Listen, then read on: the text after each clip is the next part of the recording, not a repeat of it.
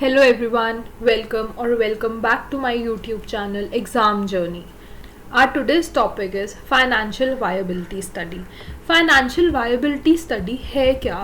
Basically Financial Viability Study ना कुछ नहीं है. It is just the whole chapter जो फोकस करता है ये बताने में कि जब भी हम अपना कोई प्रोजेक्ट, कोई ऑर्गेनाइजेशन, कंपनी को लॉन्च करते हैं, मतलब बनानी शुरू करते हैं, उसमें क्या खर्चा चाहिए हमें और कितना फाइनेंशियली फीजिबल है हमारा वो जो पूरा प्रपोजल है, किस किस चीज़ में एक्सपेंडिचर लगेगा, किस चीज़ में नहीं लगेगा, and everything related to finance before starting our company or anything what we do. चाहे कोई छोटा मोटा बिजनेस है, चाहे कोई मैन्युफैक्चरिंग यूनिट है, either your a warehouse or anything, उसमें क्या फाइनेंशियल प्रोडक्ट्स हमें चाहिए उस चीज़ को बताने में ये हेल्प करता है पूरा हमारा चैप्टर. और पूरा चैप्टर का कॉन्सेप्ट ही इसमें रोल आउट हो रहा है. तो सबसे पहले हम going on to the meanings of financial viability study. Financial viability study assessment है जो चेक करती है क्या जो प्रोजेक्ट है या बिजनेस आइडिया है वो फाइनेंशियली फीजिबल भी है, क्या वो फाइनेंशियली फीजिबल है कि फाइनेंशियली हम उस बिजनेस आइडिया को सपोर्ट भी कर पाएंगे. डिटरमाइन करता है क्या प्रोजेक्ट के पास सफिशिएंट रिटर्न्स हैं अपनी कॉस्ट को कवर करने के लिए, कि उसके पास सफिशिएंट पैसा भी वापस in the terms of profits आएगा भी, कि वो अपने खर्चों को कवर अप कर ले. हेल्प करता है स्टेक होल्डर्स को कि वो ज़्यादा इन्फॉर्म्ड डिसीजंस लेके आएँ, कि जो इन्वेस्टर्स हैं हमें पैसा दे पाएंगे, लेंडर्स का, प्रमोटर्स का, कि हमें कहाँ कहाँ से पैसा आएगा, कहाँ कहाँ पे हमारा इन्वेस्ट होगा एंड एवरीथिंग, रिटर्न्स का, ये सब. Objectives of financial viability study क्या है? ऑब्जेक्टिव्स क्या हैं? यही इवैल्यूएट करना कि फाइनेंशियल हेल्थ कैसी है जो भी हमारा प्रपोजल है. फिर एस्टिमेट करना cost of project. Cost of project कैसे एस्टिमेट होगी?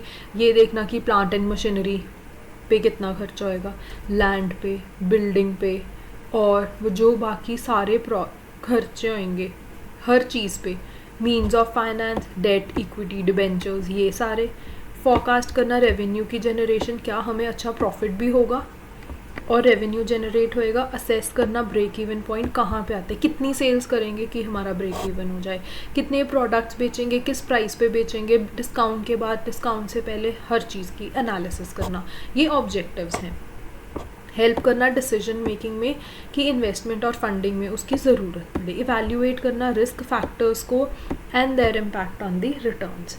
रिस्क फैक्टर्स को, क्या रिस्क हैं कि कोई टेक्नोलॉजी तो नहीं चेंज आ रही, कोई पॉलिटिकल चेंजेस तो नहीं आ रहे, ऐसे. अभी कंपोनेंट्स, बेसिकली जो ये पूरा चैप्टर है ना, ये कंपोनेंट्स पे ही रोल आउट हो रहा है. अगर आपको एग्जाम में भी क्वेश्चन आएगा ना, यही आएगा कि फाइनेंशियल वायबिलिटी है क्या और उसके कंपोनेंट्स बताओ. और importance is just 3 to 4 points है, ज़्यादा से ज़्यादा 6 पॉइंट्स होंगे, वो भी बहुत छोटे छोटे. मेजरली जो आपका आंसर का पार्ट है ना वो कंपोनेंट्स ही हैं, because we have here is 9 components financial viability study के. Following up with the first one जो हमारा है कॉस्ट ऑफ प्रोजेक्ट. अभी कॉस्ट ऑफ प्रोजेक्ट में क्या है कि इसमें बहुत आगे आगे सब पॉइंट्स हैं कि किस में कॉस्ट ऑफ प्रोजेक्ट में क्या क्या चीज़ें आती हैं.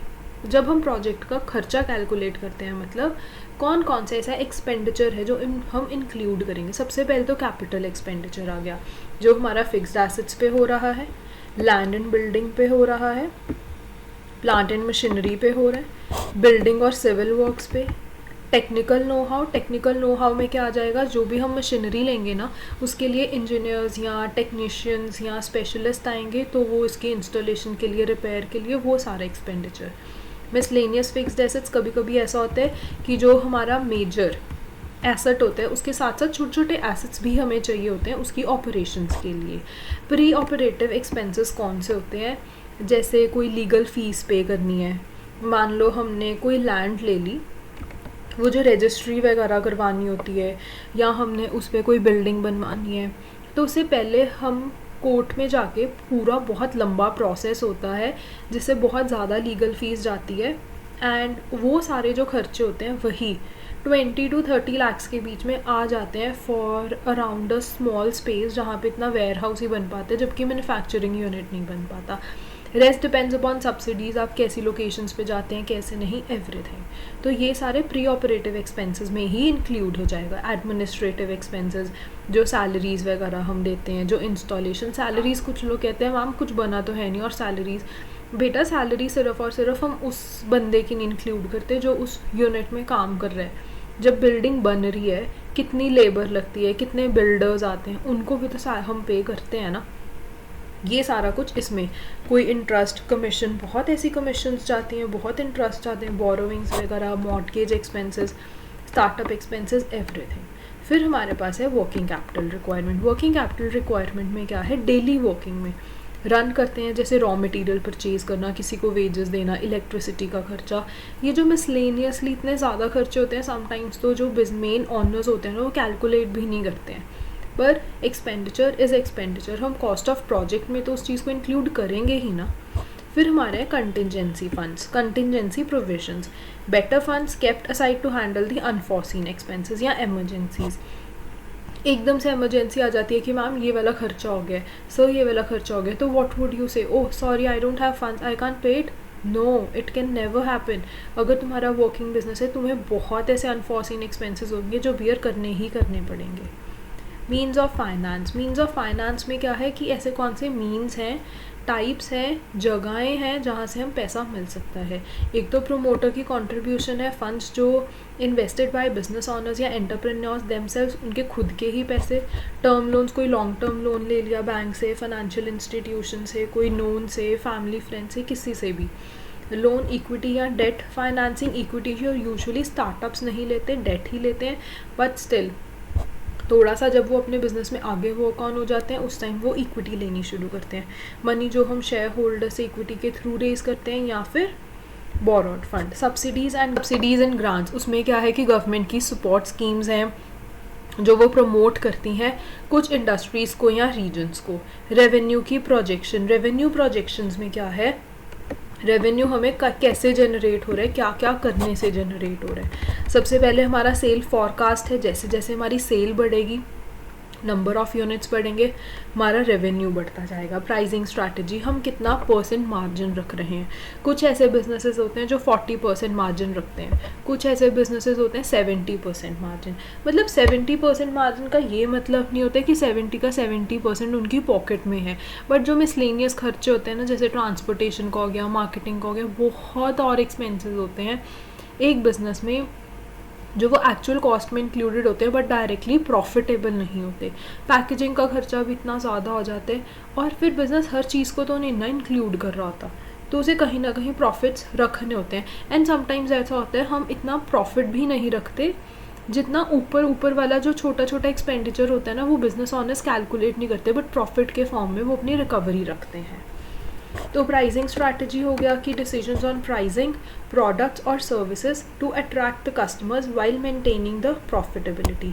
Additional income is income on secondary activity या स्क्रैप सेल्स या by products etcetera.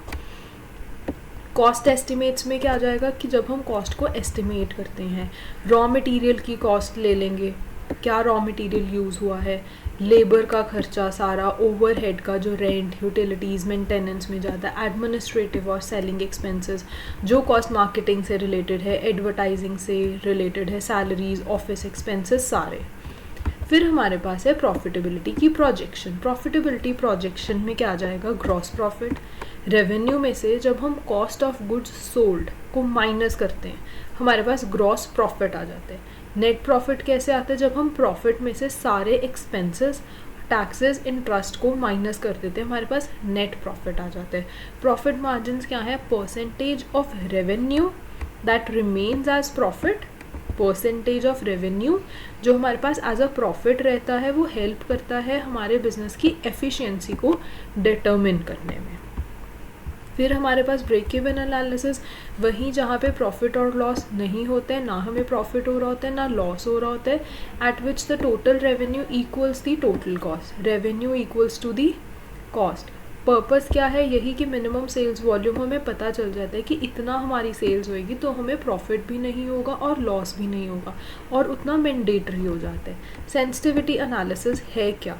Sensitivity analysis क्या है? एक टेक्निक है जिसमें हम अंडरस्टैंड करते हैं अपने की वेरिएबल्स को, जैसे सेल्स का प्राइस हो गया, रॉ मटेरियल का कॉस्ट, इंटरेस्ट का cost after the project viability. और ये इम्पोर्टेंट क्यों है? ये प्रिपेयर करता है बिजनेस को कि ये एडवर्स सिचुएशंस को फेस करे and uncertain market conditions. Cash flow analysis में क्या है कि कैश इनफ्लोज और cash outflows in the business. Inflows में money coming from a business from sales, loans, investment etcetera. Outflows में क्या है? रॉ मटेरियल पे खर्चा हो गया, किसी सैलरी पे हो गया, किसी लोन की रीपेमेंट के लिए हो गया, किसी प्लांट की रिपेयर के लिए हो गया, मेंटेनेंस के लिए हो गया, एंड वेरियस अदर्स। ऑब्जेक्टिव्स क्या है? To ensure that business has enough liquidity. Ensure करना कि बिजनेस के पास बहुत ज़्यादा लिक्विडिटी है to meet the obligations on time. फिर हमारे पास आता है 9th working capital requirement. Working capital requirement में क्या है?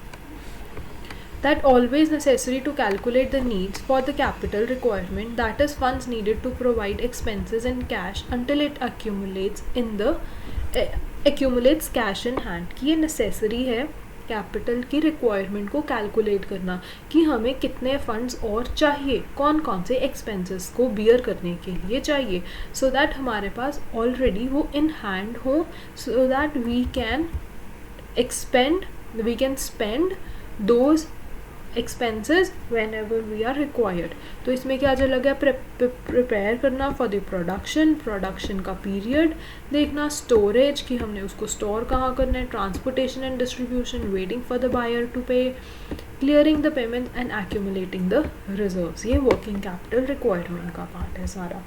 Now coming to importance of financial viability study. क्या इम्पॉर्टेंस है, ज़रूरी क्यों है हमें फाइनेंशियल वायबिलिटी स्टडी करना, यानी फाइनेंशियली अपने प्रोजेक्ट को इतने अच्छे से देखना कि किस चीज़ की कब ज़रूरत है, कितना हमें स्पेयर रखना है, कितना नहीं रखना, कौन सी चीज़ें चाहिए टेक्निकल वे से, नॉन टेक्निकल वे से, एंड एवरीथिंग। सबसे पहले इम्पॉर्टेंट क्या है? फाइनेंशियली अनवायबल प्रोजेक्ट को अवॉइड करना, कि फाइनेंस की वजह से कोई छोटा प्रोजेक्ट रुक ना जाए और उसके रुकने से हमारा प्रोजेक्ट आगे ग्रो होना बंद हो जाए। We don't want that is why financial viability study is important. Helps in efficient resource allocation, so that जो रिसोर्सेज हैं वो एलोकेट हो जाए एफिशिएंटली और इफ़ेक्टिवली, मतलब in time and with proper quality, अच्छी प्रॉपर टाइमिंग्स पर अलोकेट हो जाएं जहाँ जहाँ ज़रूरत है। Build confidence among investors and lenders. Investor और लेंडर के बीच में, अभी मेरे से बच्चे पूछते हैं मैम इन्वेस्टर्स को कैसे कॉन्फिडेंस आएगा? कैसे नहीं आएगा? जब ऑर्गेनाइजेशन ग्रो करेगी, प्रॉफिटेबिलिटी कमाएगी, इन्वेस्टर को तो अपने आप ही लगेगा ना मेरा पैसा वापस आना शुरू हो जाएगा थोड़े टाइम में, नहीं तो वो उसको डूबता दिखेगा। लेंडर्स को भी तभी बेनिफिट होगा कि इनको जितना प्रॉफिट आएगा उतना ज़्यादा हमें बेनिफिट होगा। आइडेंटिफाई करना फाइनेंशियल रिस्क को बहुत पहले ही।